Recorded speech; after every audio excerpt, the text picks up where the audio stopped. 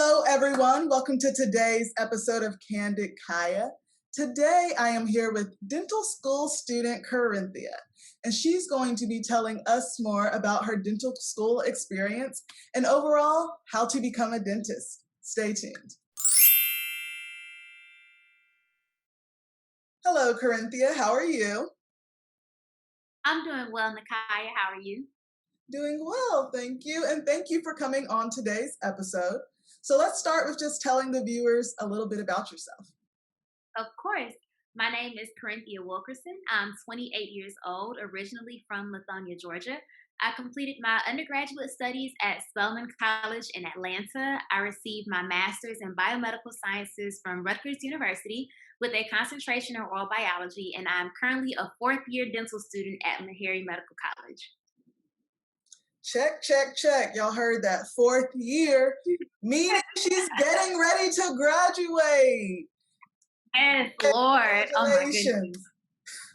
Thank you. Cynthia, tell us just what inspires you to become a dentist in the first place? Oh my goodness. So, long story short, I did not decide on dentistry until my senior year in college. So, I went on a mission trip to Belize City, Belize. That's when we would do alternative spring breaks with Spelman College. And we went to this primary school, and the kids, we had all these different activities planned for them. One activity in particular, we said, you know what, let's show the kids how beautiful their smiles are by allowing them to point it out in other kids. It backfired so badly. So one comment I remember hearing some of the kids make was, I don't want to smile because my smile doesn't look like that kid's smile. And I had never even thought about that perspective. So when I returned back to the States, I started shadowing my dentist back at home, Dr. Blunt. And I was so fortunate to be able to be put in contact with Dr. Jeanette Sabir Holloway, who is the founder of I Did, which is Increasing Diversity in Dentistry. And with the help of Dr. Holloway and Dr. Zarita Buchanan, who are both Spelman alumni, I was able to successfully prepare to gain admission to dental school, and they've been instrumental in my success throughout dental school. See, you answered my next question, which was going to be who inspired you? So those ladies, of course. All right, Corinthia. So just Yes. tell us a little bit about your journey to dental school. I know you mentioned you actually had a master's degree in between. So tell us why you chose the journey that you did. Yes. I would like to say that that journey chose me. If I had it my way, I would have gone straight to dental school right after undergrad. You know, that was the track that I thought I needed to be on. However, with the track that God chose for me, getting a master's degree was the best thing that I could have done before going to dental school. And I didn't even realize I needed it until I got to dental school. So I really was able to learn how to study. Going from undergraduate studies to graduate studies to doctoral studies is completely different. But having that foundation in a master's program really helped me out a lot, and especially with retaking the DAT. The first two times I took the DAT, my score was not where it needed to be for admission to dental school. However, once I took the DAT again after I completed graduate school, my score was amazing and it was exactly what I needed to get in. So everything definitely happens for a reason, and I'm thankful for all parts of the journey. Yeah, I heard that. So tell us, do you think, in your opinion, is it better to go straight on to this dental school, or is it better to kind of have that little period in between? Honestly, I would say it's depending upon the student, and only the student will know that. Some Mhm. students have the ability to go straight into dental school, and some students don't. And so I think when you get to that point, you have to be honest with yourself and realistic with yourself and really do some diagnostic tests. You know, look at the DAT. And the DAT, when I was studying for the DAT, my mindset was, oh, I'm just studying for this test. I have to get a certain score to get into school. However, with studying for the DAT and my perspective on it now, especially after taking National Board Dental Examinations Part 1 and 2, studying for that test really prepares you for how you will have to study in dental school, and especially the PAT portion, because the PAT portion is all about your perceptual ability, and you're not taught that in any school at all. So you have to learn it on your own. However, you really need to think outside of the box as a dentist, and especially on our board exams. So, the DAT, which can be looked at as a hurdle for some students, should really be used as a diagnostic tool for yourself to really assess if you're ready for the rigor of dental school. Right. And is the DAT, it is a requirement to get into dental school, correct? Yes, it is. Okay, so tell us a little bit about how you personally prepared to take that clearly big test. Yes. So for the DAT, once again, the master's program was amazing in my preparation. I would watch videos from this man named Chad's videos.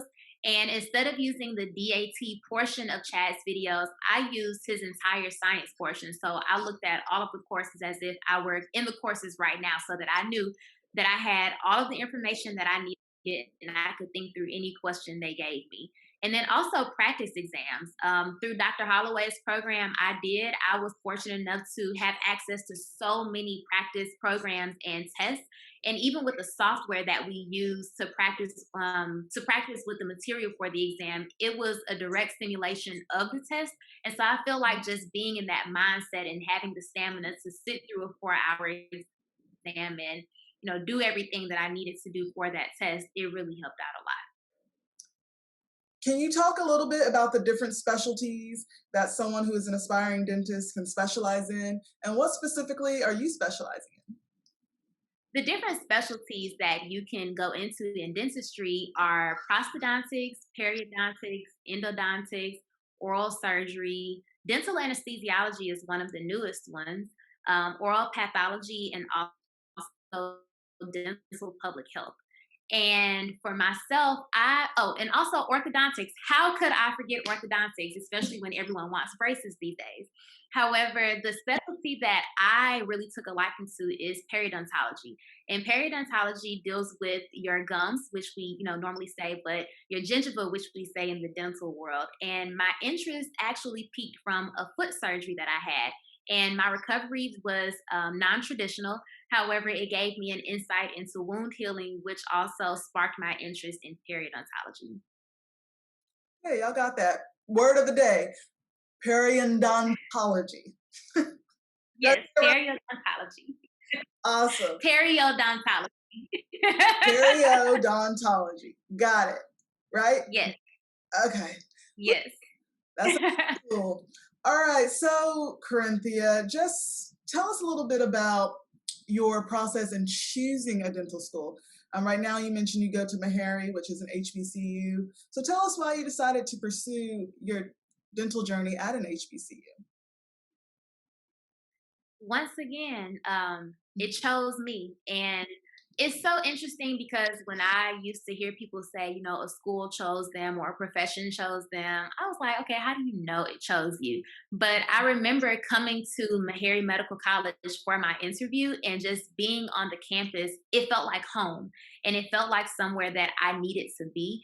And although it's not all sunshine and butterflies every day, I don't think I would have had the same dental experience if I had gone somewhere else, and I wouldn't trade anything about my dental journey. Yeah, just two things I want to know. In your opinion, why do Black dentists matter? And also, in your opinion, why do Black female dentists matter? Yes. Black dentists matter because it's important to have the representation in your community of someone that is giving you care that looks like you. Oftentimes, we have seen that if the patient has some type of affinity to their doctor, the compliance is much greater. And let's be honest, if you are being treated by someone that looks like you, especially with the long-standing distrustfulness of African American people in the United States, it makes it a little bit easier and you are able to accept more guidance from a Black dentist. And it's not to say that any other race would be excluded. However, it's more of a comfortability thing. In regards to Black female dentists, it is important for Black women to know that we can too be in these fields that are often dominated by people that don't look like us. And especially for Black dentists to be a minority and Black female dentists to be even more of a minority in this field, it's even more important now more than ever that we continue to have that representation of all of us.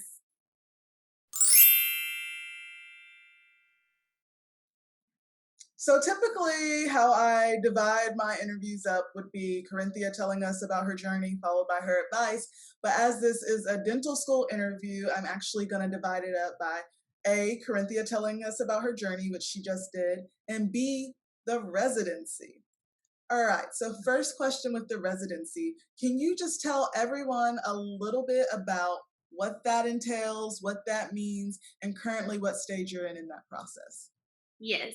So residency is essentially postdoctoral training and it's advanced training. And so you can do a residency in general practice residency or advanced education in general dentistry where you would do a little bit of everything. Or you can do a residency in a specialty, which could be one of the specialties that I named earlier. Personally, I'm interested in periodontology and I'm actually in the residency process right now, which is extremely exciting. It was interesting navigating this process, especially during COVID. Of course, we weren't able to physically visit a lot of the campuses and go on different interviews and participate in externships.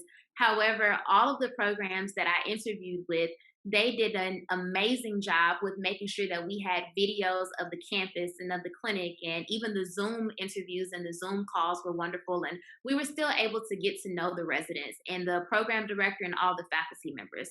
Usually, residencies are about 2 to 3 years. For periodontology specifically, it's a 3 year residency. Tell us a little bit about how it is balancing your last year of dental school and applying for residency. Balancing the last year of dental school in the midst of applying for residency, and also let's add in the midst of studying for NBDE Part 2. Mm. It took a lot of focus and determination and early planning. I think the greatest thing I could have done was plan early. So even back in December, I targeted and made a list of all of the residency programs that I wanted to apply to. And so in January, I already began the process of requesting letter of recommendations from my professors and administrators and anyone else that I thought would be able to speak highly of myself. And I created a packet for everyone that would write me a letter of recommendation because I wanted to make sure they had all the information that the program directors would have and they knew me as a well rounded student. So that definitely helped because they were able to have time to write my letter. And when the application opened up on May 15th, I was ready to go.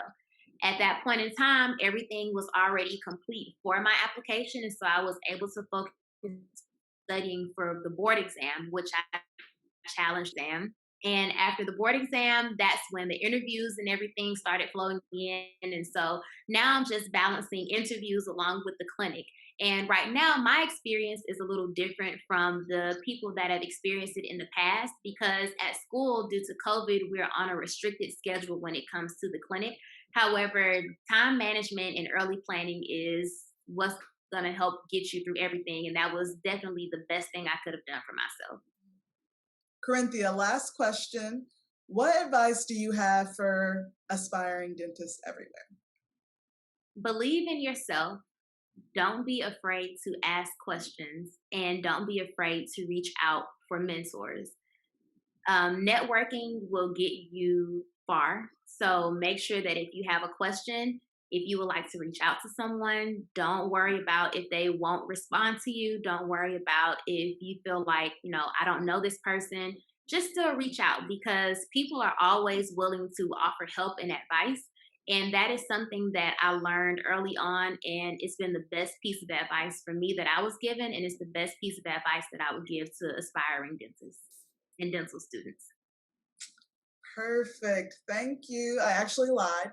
I do have one last question, and it's a finish my sentence question, and that is as a dentist, I hope to. Inspire the next generation of dentists. That's the ultimate thing. Period. Y'all heard it from your Dr. Wilkerson. Well, Corinthia, thank you Yes. so much for joining us today. Just tell everyone what they can look forward to from you in the coming future. Yes, and thank you for having me. And in the future, you can look forward to me graduating from dental school in May 2021 and transitioning to my residency program, which I'm extremely excited about gaining admission to. Match day is on November 20th. So on that day, I will be looking forward to telling everyone where I'll be continuing my journey. Perfect. And we want to stay tuned, sis. So, congratulations to you and good luck with everything. If you guys Thank have any questions or comments for Corinthia or myself, just leave them below and we'll make sure that they get answered. We hope that you all enjoyed today's interview and good luck on your dental journey. thank you so much, Nakaya.